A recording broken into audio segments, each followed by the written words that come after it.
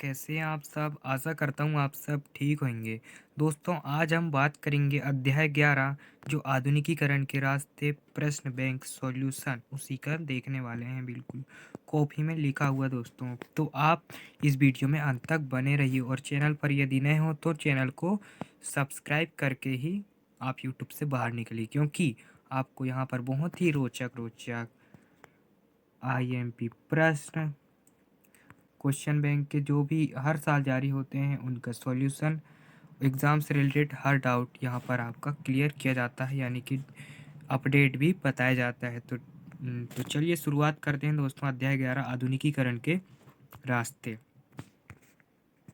यहाँ पर पहला प्रश्न है दोस्तों, बहुविकल्पी प्रश्न। पहला है, जापान में मेजी पुनर्स्थापना कब हुई थी? तो इसका उत्तर आ जाएगा 1867 ईस्वी में। नानकिंग की संधि कब हुई थी? 1840 ईस्वी में दोस्तों।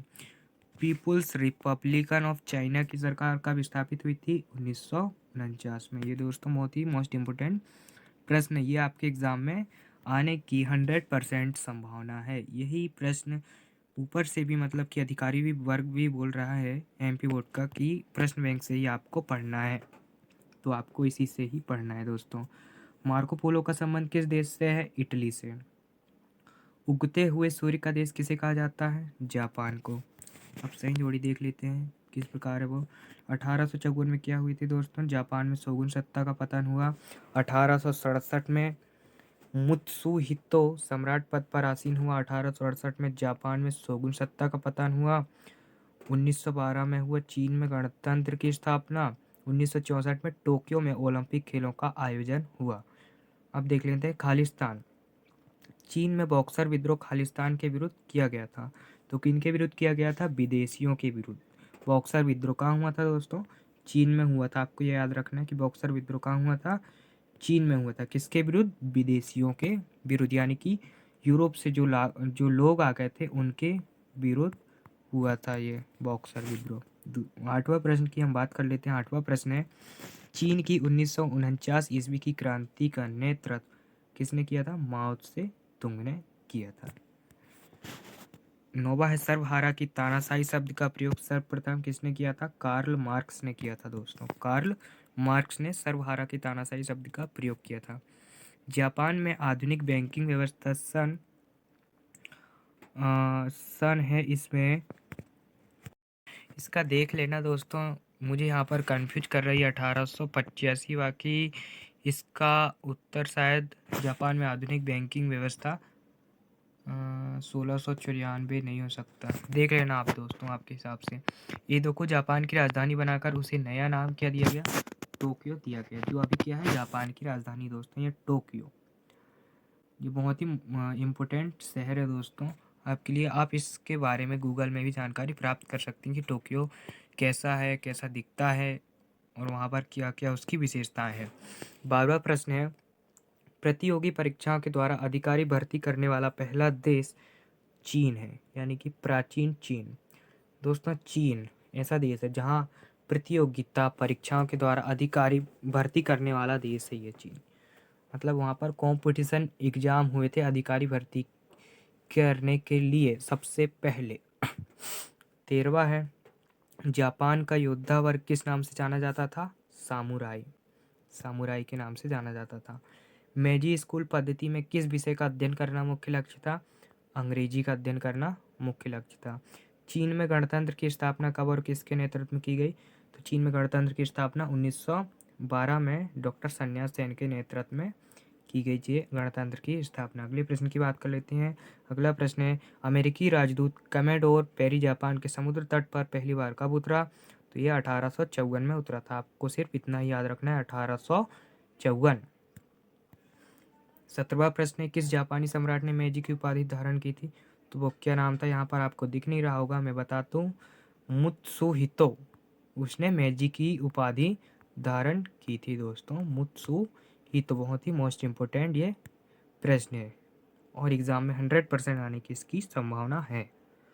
द्वितीय विश्व युद्ध के समय जापान ने अमेरिका के किस द्वीप पर हमला, मतलब कि कब्जा कर लिया था?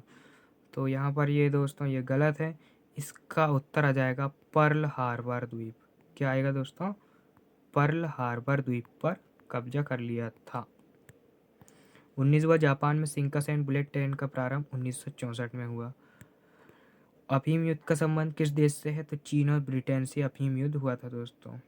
आप अफीम युद्ध के संबंध में गूगल में देख सकते हैं कि वो कैसा युद्ध हुआ था। मैं आपको यहाँ पर पूरा डिस्क्राइब करके नहीं बता रहा हूँ क्योंकि वीडियो बहुत लंबा हो जाएगा। मैं आपको यहाँ पर सिर्फ सॉल्यूशन बता रहा हूँ दोस्तों। यदि आपको वीडियो थोड़ी सी भी हेल्पफुल लग रही हो तो आप वीडियो को लाइक कर सकते हैं, चैनल को सब्सक्राइब जरूर कर देना। 21वां प्रश्न है, नाइतो कोनन कौन थे? तो ये चीन पर काम करने वाले प्रमुख जापानी विद्वान थे जिनके लेखन ने अन्य जापानी लेखकों को क्या किया? प्रभावित किया दोस्तों। ये थे नाइतो कोनन। अब मैं स्पीड से पढ़ रहा हूँ दोस्तों। यदि आपको थोड़ी सी वॉइस में मिस्टेक हो तो आप यूट्यूब में जाकर वो स्पीड है उसे थोड़ा कम कर सकते हैं। चीन की मुख्य नदियाँ कौन कौन सी हैं? तो चीन में कौन कौन सी नदी है? यांगसी नदी हो गई, पीली नदी, पर्ल नदी, ये है, इस प्रकार से नदी है। 23वां प्रश्न देख लेते हैं, जापान में चीन और भारत से आयात की जाने वाली वस्तुएं क्या थी? तो जापान में चीन और भारत से आयात की जाने वाली वस्तुएं थी जैसे चाय, रेशम, चीनी, मिट्टी और अफीम शामिल है। ये बहुत ही इंपॉर्टेंट प्रश्न है दोस्तों। हीरागाना और काताकाना से क्या तात्पर्य है? तो आप देख सकते हैं हीरागाना के बारे में ये यहाँ पर जानकारी दी गई, मैं आपको पढ़कर नहीं बता रहा हूँ। ये काताकाना के बारे में। फुकुजावा युकिची के पश्चिमीकरण के संबंध में ये विचार थे दोस्तों। आप यहाँ से आंसर देख सकते हैं, मैं आपको स्क्रॉल करके बता दूँ, आप इनका स्क्रीनशॉट ले लीजिएगा। 6वां, जापान के आधुनिकीकरण का पारिवारिक जीवन पर क्या प्रभाव पड़ा? तो जापान का आधुनिकीकरण का सफ़र पूंजीवाद के सिद्धांतों पर आधारित था और यह सफ़र उसने ऐसी दुनिया में तय किया जहां पश्चिमी उपनिवेशवाद का प्रभुत्व था। जापान में जिस तेज़ी से विकास हुआ वह जापानी संस्थाओं और समाज में परंपरा की सुदृढ़ता, उनकी सीखने की शक्ति और राष्ट्रवाद की ताकत को दर्शाता है। जापान का आधुनिकीकरण 19वीं सदी में यह एशियाई देश में एक ऐसी प्रक्रिया थी जिसकी बदौलत अपने पुराने सामंती ढांचे को पीछे छोड़ते हुए सभी राष्ट्रीय क्षेत्रों में आधुनिकीकरण किया। राजनीति, समाज और अर्थव्यवस्था में किए गए सुधारों ने इस क्षेत्र की शक्तियों में से एक बना दिया। 1968 के बाद ही जब पूरा देश बदलने लगा, यानी कि 1968 के बाद कैसा होने लगा? जापान जो देश है वो पूरा बदलने लगा। कन्फ्यूशस की विचारधारा ने चीनी लोगों पर क्या प्रभाव डाला? तो कन्फ्यूशस कहते थे कि दूसरों के साथ वैसा बर्ताव ना करो जैसा तुम स्वयं अपने साथ नहीं करना चाहते। लेकिन किनका कहना था? ये कन्फ्यूशस जी का कहना था। कन्फ्यूशस एक धर्म सुधारक थे, धर्म प्रचारक नहीं थे। कैसे थे वो? धर्म सुधारक, धर्म प्रचारक नहीं थे। उन्होंने ईश्वर के बारे में कोई उपदेश नहीं दिया, परंतु फिर भी बाद में लोग इन्हें धार्मिक गुरु मानने लगे। कन्फ्यूशस के समाज सुधारक उपदेशों के कारण चीनी समाज में एक स्थिरता आई। कन्फ्यूशस ने कभी इस बात का दावा नहीं किया कि उसे कोई देवी शक्ति या ईश्वरीय संदेश प्राप्त होते थे। डॉक्टर सन्यास सेन के बारे में लोगों के विचार कुछ इस प्रकार हैं, आप यहाँ पर देख सकते हैं। मैं स्क्रॉल करके आपको पूरा का पूरा उत्तर बता देता हूँ दोस्तों। जापान में सैन्यीकरण के उदय के कोई 3 कारण लिखना था, तो ये है सैन्यीकरण उदय के 3 कारण, आप यहाँ पर देख सकते हैं।